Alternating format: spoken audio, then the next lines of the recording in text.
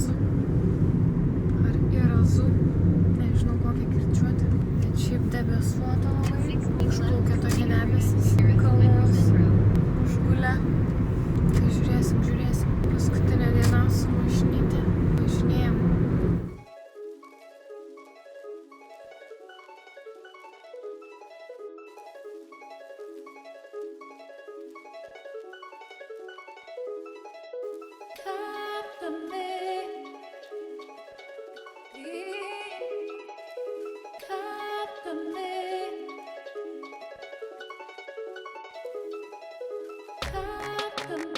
Kosta Rika turi 5 aktyvius ugnikalnius, iš kurių aukščiausias yra Irazu.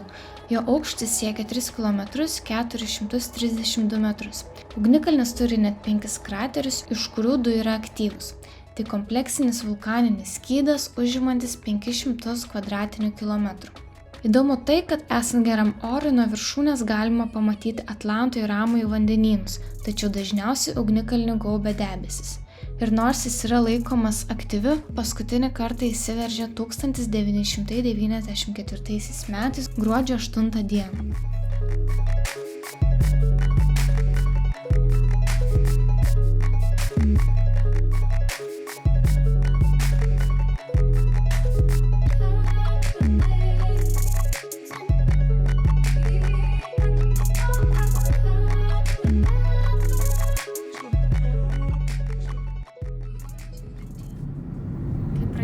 Atrodė, kad 2 valandas važiuosim nuo to ugnikalnio, kuris yra prie sostinės, iki prekybos centro, kur per tiek laiko nuvažiuojam školą į Palangą.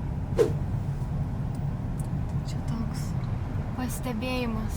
Daug šiaip dviratininkų būna prie tų ugnikalnių, vakar matėm daug, bet ten buvo povas. Bet šiandien irgi važiavom prie ugnikalnio kito Irazu. Tai ten irgi daug dviratininkų. Tai dabar suprask, gal tu jie man... tiesiog į kalną nori užkelt. Mes vakar taip šnekėjom šiaip, bet sportuoja čia dviratininkai, kai yra kur.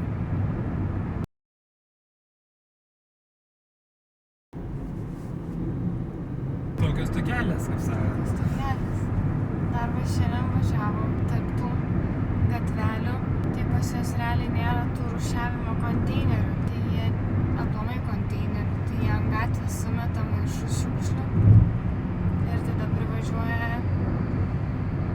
šiukšliavežiai, kaip jie ten, ir surenka su rankom tos maišus sumeta keliese. O kai prieš tai žiūrėjom ten visokius Netflixus ir taip toliau, čia Kosta Rika, čia daug tos saugomos žemės, teritorijos. Aš galvau, čia visi pamišė dėl kokio rūšiavimo. Nieko panašaus pasirodo. Sergija sakė, gidas su vežliukais buvo, kad viešbučiai įsiperka žemės, tas rezervuarus, nežinau, ar šitą sakiau, bet jį ką pasakau užkart. Kad apsitveria teritoriją, tos žemės realiai nežiūri, bet jinai yra kaip ir saugoma, kad joje nieks nevyksta ir gauna už tai pinigus. Liečni pinigai. Ir turi labai didelius plotus jie, tai todėl viskas yra aptverta čia.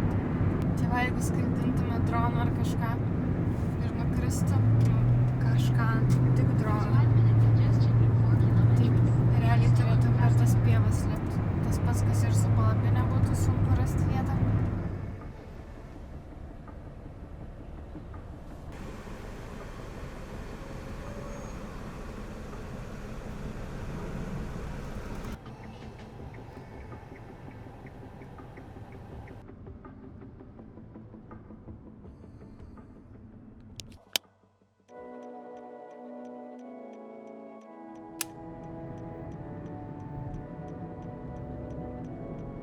Atidavę mašiną pajudėjome iš autobusų stoties. Kelionė iš San Jose į Kepos truko apie 3,5 valandos. Ganėtinai sunkiai sekėsi surasti Airbnb, todėl nemenkai suplukome, bet šiaip netai pasiekėme savo tikslą. Taigi, Manuel Antonijo – populiari kryptis Kosta Rikoje. Paplūdimiai, džiunglės ir Manuel Antonijo nacionalinis parkas, kuriame rasite balto smėlio paplūdimius, vešlius atogrąžų miškus, iguanas, tinginius, kapučinus bei kitus tropinius gyventojus. Praleidome čia 7 dienas, tikėdamėsi pailsėti, bet ir paturistauti. Todėl aplankėme paplūdimį, plaukiojome su banglente, vaikščiojome ir mėgavomės Kostarikos gamtą.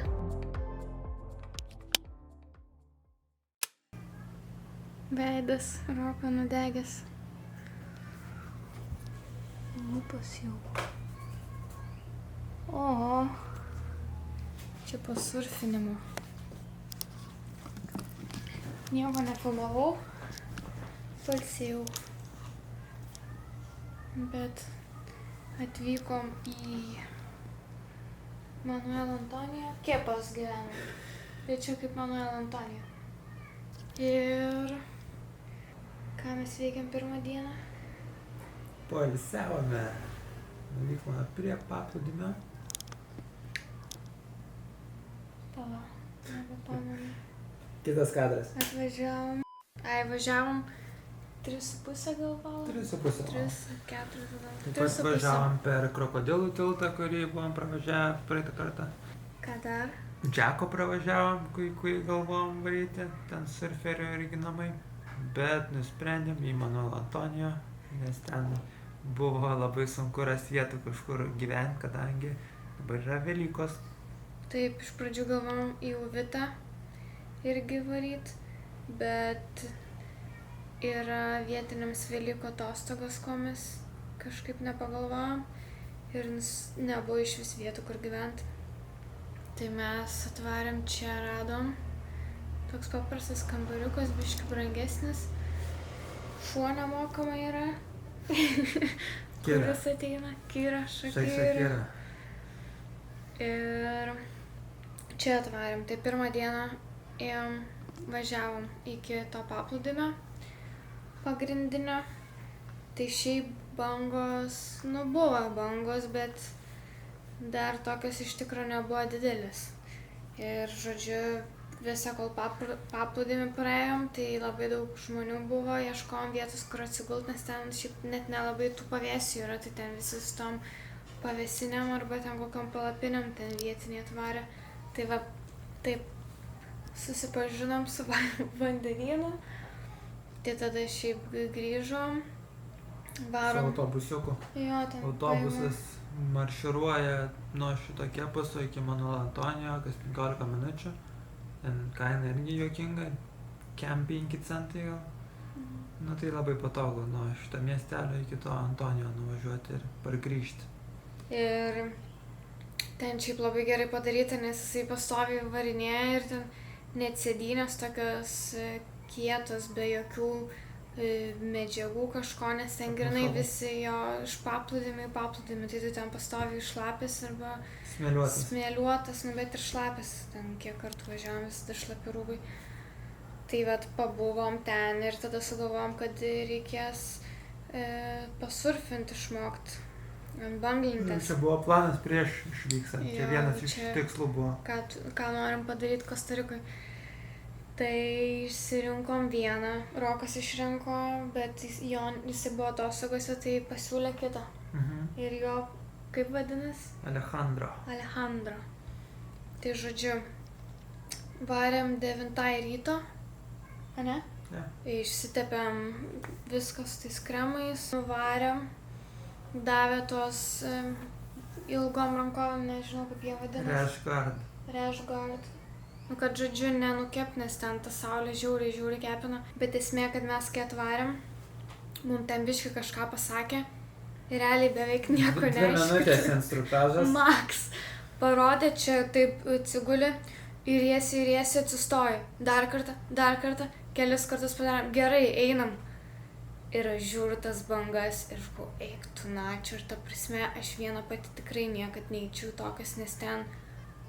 Iš pradžių gal ir pasirodo, kad mes čia labai perdedam, bet po to bangos labai sumažėjo, todėl per video net nelabai matos ir net neina perteikti, tik va šitam video kažkiek matos maždaug kokios bangos buvo, kai mes pradėjom ir į kokias bangas ėjo Rokas. Nu žiauriai, sako mes vakar buvom, sako jo, bet tai matos, kaip vakar nieko nebuvo, kokios šiandien bangos. Didelės buvo vakar ir mažas skaitasi, ne? Jo, ir sako, bet dabar vat, kokios didelės, aš variau su vienu instruktorium Eriku tokiu, o jisai varė su Rašuo. Sūnus jisai ten? Jo. Rašuo, jo toks jaunesnis berniukas, tai galvoju, nu įdomiai čia bus, tai Roką iškart nusivedė prie pačių. Jo, sako, didžiausių. su manim rodo, kad man reikia eiti prie didelių bangų, sako Laurai, prie Whitewater. Tų bangų, kurios prie kranto labiau dūžta. Nu, nekalbėt man, ne? Nu, tai sakau, pasako, kas nutiko tau, aš tai ne... Čia interviu? Tai Nu, man esmė. Tu nori pasakoti? Tai aš jau tau sakau 5 kartą, kad pasakau. Nerėk ant kameros. Nu, tai esmė, kad nusivedė mane tas vaikinas kokių 12-13 metų ir varėm ant didelių bangų, kurios buvo biškį tolėliau. Paklausė, moki plaukt, nebėjai plaukt, viskas okei, sakau, nebėjai vandens, jo, viskas tvarkoj. Nu ir nuvarėm ten, varom. Pirmą tą banglentę daužytis pradėjo, dar nemoku kaip laikyti normaliai aš jos. Tai kol tu dasiyri dar į kitas vietas, aš jau ten mokinausi, o tu dar ir eisi iki tų bangų. Ne, tai sakau, kol net nesiyriau, ta Nu prasme, jo, kol bet nešiausi, kol aš ją kol nešiausi šalia savęs, į mane daužėsi, visur ten nepaleido, kol supratau, kaip ją reikia neštis. Tada tas padėjo berniukas, aišku, Rašuo. Berniukas, nu man kitaip Nu, taip, nesigauna taip, vadinti, nes jaunas tikrai labai labai. jaunas buvo, labai kietas, profas ir labai tokio jauno amžiaus. Ten nuo Crazy. vaikystės varinėja kiekvieną dieną. Nu ir nuvarėm, reikėjo kokias, nežinau, 5, 6, 7 bangas atlaikyti, tokias grinai virš galvos varo ir daužės priešais tave grinai. Tai teko biškį pasikalatuot po vandenį, buvo, kad paleidi tą lentą, bam, po vandeniu kokią 10 sekundžių, mėto kulveršiais tave. Jau galvoji, kiek čia dar bus, jau kiek čia prakvepuosi dar, bam, išlendi, griebi lentą, nes jau atgal nuvaręs banga numušė, vėl bandai varyti, vėl banga numuša. Tai vieną kartą pavyko pravaryti man, jau užsilipau ant banglentės, čia dar net nepradėjus surfinti, pirmas kartas buvo. Pagavom bangą, jau varau, užšoko ant banglentės, tiesiog pagal tai, kaip mokėmės, kažkiek bandau prisiminti. Užšokau, jaučiu, kad tas aukštai labai, nežinau ką daryti, nes pirmą kartą ant banglentės vandenyje. Ir toks pasimečiau, nežinau ką daryti, kažką ne taip padariau ir ant nugaros kritau. Tada aišku banga ten sumėtė mane vėliau kaip. Aš tai galvau, kad jie labanakt jau bus, nes aš kai pamačiau, kad tas berniukas įvedė į tas bangas, galvoju, nu belė ką, ta prasme, ten taip nesaugu tą momentą atrodo, kai dar kažkoks berniukas taip paveda ir toks galvoju, okei. Jo, ir tada išnirau, tada, davai galvoju, čia reikia nusiteikimo ir viskas yra įmanoma, tiesiog reikia priprast prie tų bangų tokių. Nu jo, mes ta prasme nepratę, aš Jo. gyvenime tokiuose banguose net nesu maudžiusis, kur, nu, žiauriai. Žiauriai. Ir kai visi sako, kad ai, tai čia pradeda mokytis, čia nu tų baby waves, čia mažyčių bangų, čia žinai, ir taip toliau. Ir aš kai pamačiau, prie kokio mes mokinsimės, nulemą. Nu, ir tada vėl galvojam, reikia kitą bangą gaudyti, nes taip ir tęsiasi visas tas surfinimas, kad bangų ieškoti reikia. Vėl į vandenyną reikia plaukti, mes vėl bandėm ir sakau, kokios 5 bangos vėl didžiulės tokios atėjo, kai kur banga, paskui banga iš karto ateina. Niekaip neišėjo mums įsilaikyti. Tai sako jis, arba galim, yra 2 variantai, arba varyti dar toliau į vandenyną, kur yra netoks bangotumas ir tada iš ten parvaryti, su banga gaudyti, kas yra giliau, nu ir pavojingiau. Arba varyti iki Whitewater, to, kur banga jau lūžta, iki arčiau kranto. Ir kad to vandens nėra ten tiek daug, ir daug saugiau. Nu ir aš sakau, gal varom iki to Whitewater, nes kol kas nelabai jaučiuos saugiai čia, tipo komfortabiliai, kad prie tokių bangų bandyčiau praslyst kažkaip. Aišku, jie sakė, kad daug geriau yra mokintis ant didelių bangų šitų. Nu jo, nes tu kai jau ant tokių pabandai, tai tau net po to net nėra jau gal tokios baimės, negu atvirkščiai, kad tu mokys prie mažesnių ir tada perini ant didelių Sakant, bandai. iš karto grėbi jauti už ragų. Jo. Tai ten Rokas pabuvo toliau kažkiek, aš ten ant to white water labiau. Tai mane labai šiaip prižiūrėjo, nes net nevedė ten į tą gylį, šiaip manęs net beklausė, ar išmokau plaukti. Tai tada su to vateriku buvau ir, pavyzdžiui, ten nukrisdavau iš pradžių tas kelis kartus, tai jisai žiauriai vis klausdavo, ar man ten viskas gerai ir aš viskas man normaliai kažką ten, nes tas bangos tikrai tokios didelės ir tarp bangų buvimas. Nu labai išvargino, po to mums davė tos boogieboardus, ne? Jo. Tai va šiandien tokia laisvesnė diena, bandysim iki tokio lėktuvo nuvaryti, kaip Pavalgyti. restoranas jo pavalgyti ir prie to pačio paplūdimio norėtųsi kažką pafilmuoti su dronu. Tai aš sakiau, kad jo, čia kai važiavom reikės čia labai daug prie paplūdimio filmuoti, čia viską. Aha, atvarėm pilną labai žmonių daug, tai net nesąmonė visiška. Žodžiu, kaip Palanga vasarą. Jo. Tai va čia dabar per Pilna, Velykas Manuel Antonio. Tas pats. Tai va tiek naujienų, po to žiūrėsim. Ne, Ne, keliaujam. Šią vietą pamatėme, kai vykome į pagrindinį Manuel Antonijo paplūdimį, todėl net nekilo abejonės, kad čia apsilankysime. Tai puikia vieta pasižvalgyti, pasifotografuoti, taip pat papietauti ar pavakarieniauti su gražiu panoraminiu vaizdu.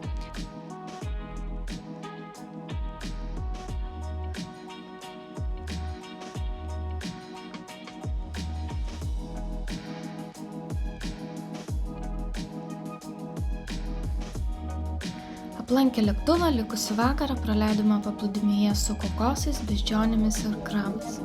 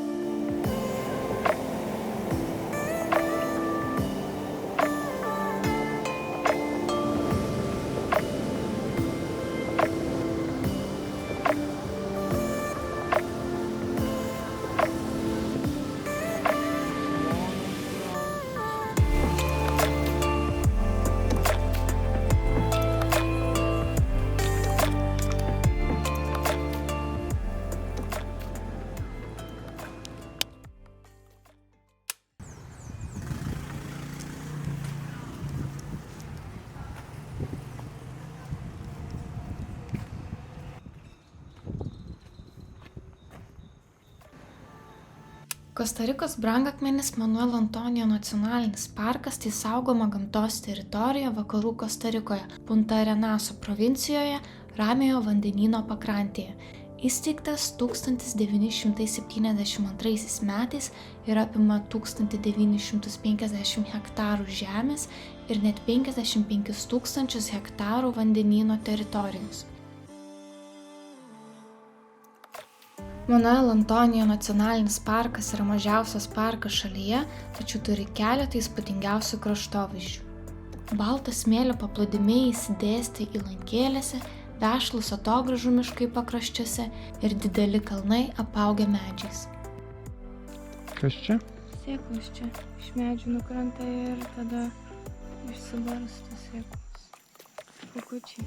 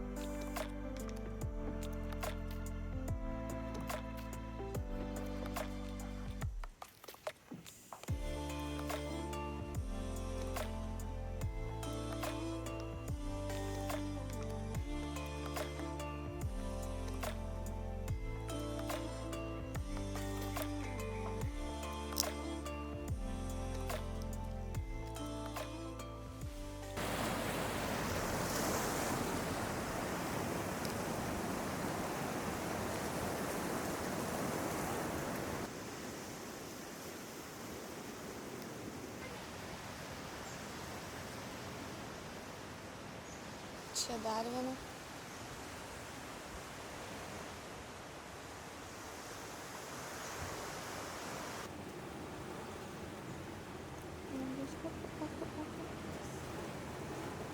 Gražus koks. Na.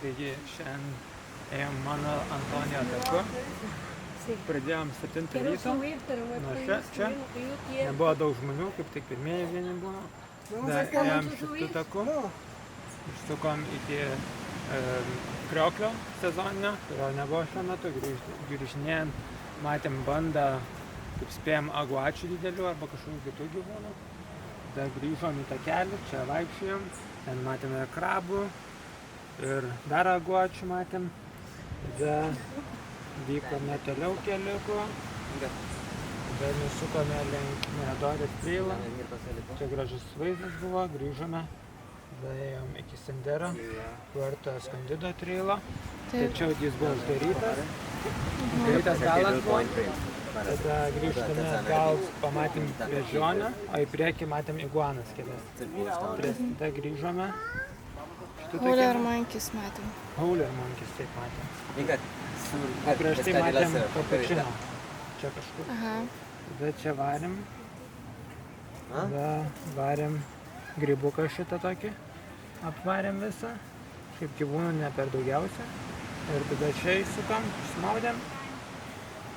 Ir esam čia dabar ir eisim link namų iki išėjimo. Aš nežinau, man baisu iš tikrųjų, kad po mūsų apsilankymų turbūt uždės kokį ženklą, kad neįsileiskit šuns ir nebeimkit mūsų šuns. Jinai ateina čia ir jai gerai čia yra. Yra kondicionierius, vėsu. Žmonės, va užsiemame su ja. O ten jinai nueina su ta močiute būna. Ir neaišku, ką jinai ten veikia. Tai vakar vakare, kai grįžom iš po paplūdimio, tai irgi atėjo, tai jau užmigus buvo, galvojau, gal čia reiks miegot su ja.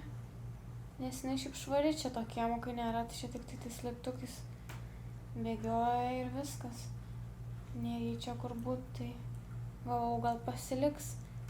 Bet po to ten kažkas pradėjo šnekėt lauke, tai išsigandau, išleidau. Išnešiau, tiesą sakant. Nes jinai čia pati išeit, tai nelabai išeina. Ir va gyvenam. Nusipirko mangų. Norėjom nusipirkti 3 mangus didelius. Nusipirko 5. Po to parodysiu. Sumokėjom apie 3 eurus. Jo, apie 3 eurus, mažiau šiek tiek sumokėjom. Iki 3 eurų. Iki 3 eurų. Ir čia bus mūsų velykiniai kiaušiniai. Ne. Taip, bus velykiniai kiaušiniai, nes aišku, šiandien jau valgysim juos, bet nedažysim, nes per Velykas šiaip dažom kiaušinius, šįkart nedažysim, o valgysim mangus. Taip. O kai Tailande buvom 20-aisiais, valgėm tą tokį raudoną, kaip jis vadinasi? Dragon fruit. Dragon fruit va, buvo markutis. Šįkart pakeičiam. Keičiam. Bet ir labai skanus buvo, man. Jo. Kira Shakira. Kira Shakira.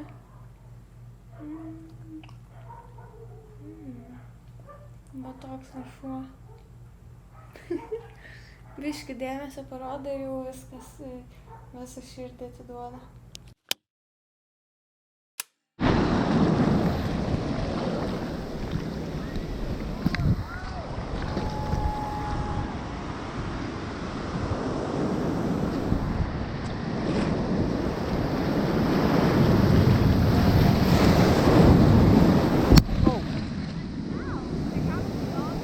Atsiprašau, kad gavau į galvą.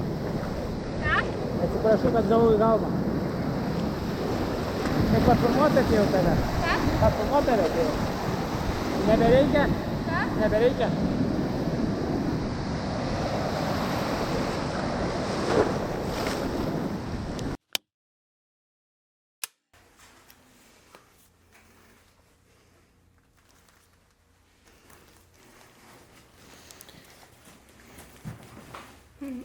Toliau siunta.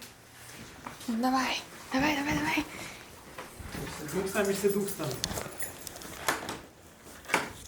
Išjungt šviesą.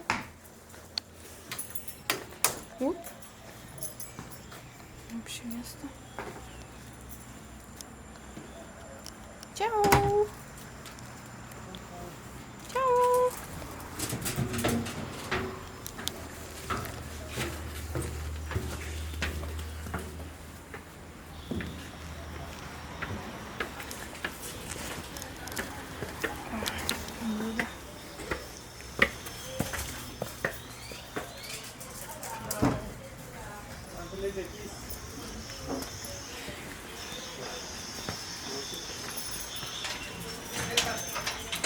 Ya, tíralo con. Ah, juguete. Ah, just like that. Gracias. Gracias. Thank you. Thank you very much. Tira, no, ellos no van a jugar.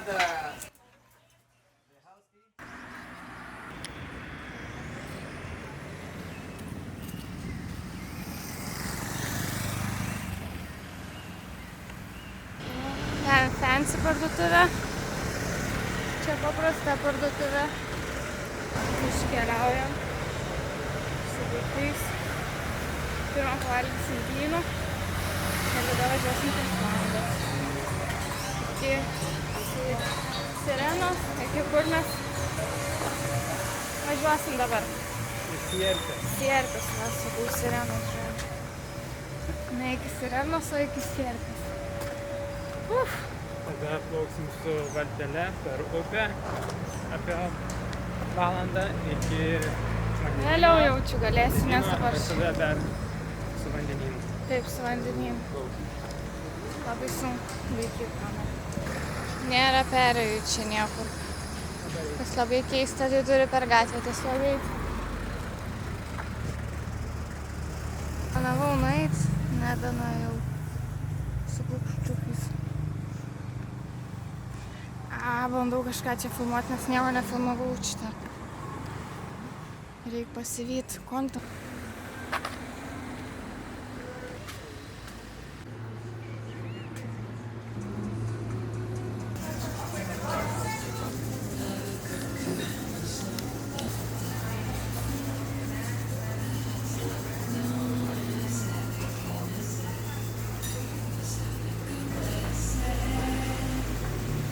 Susimąstęs.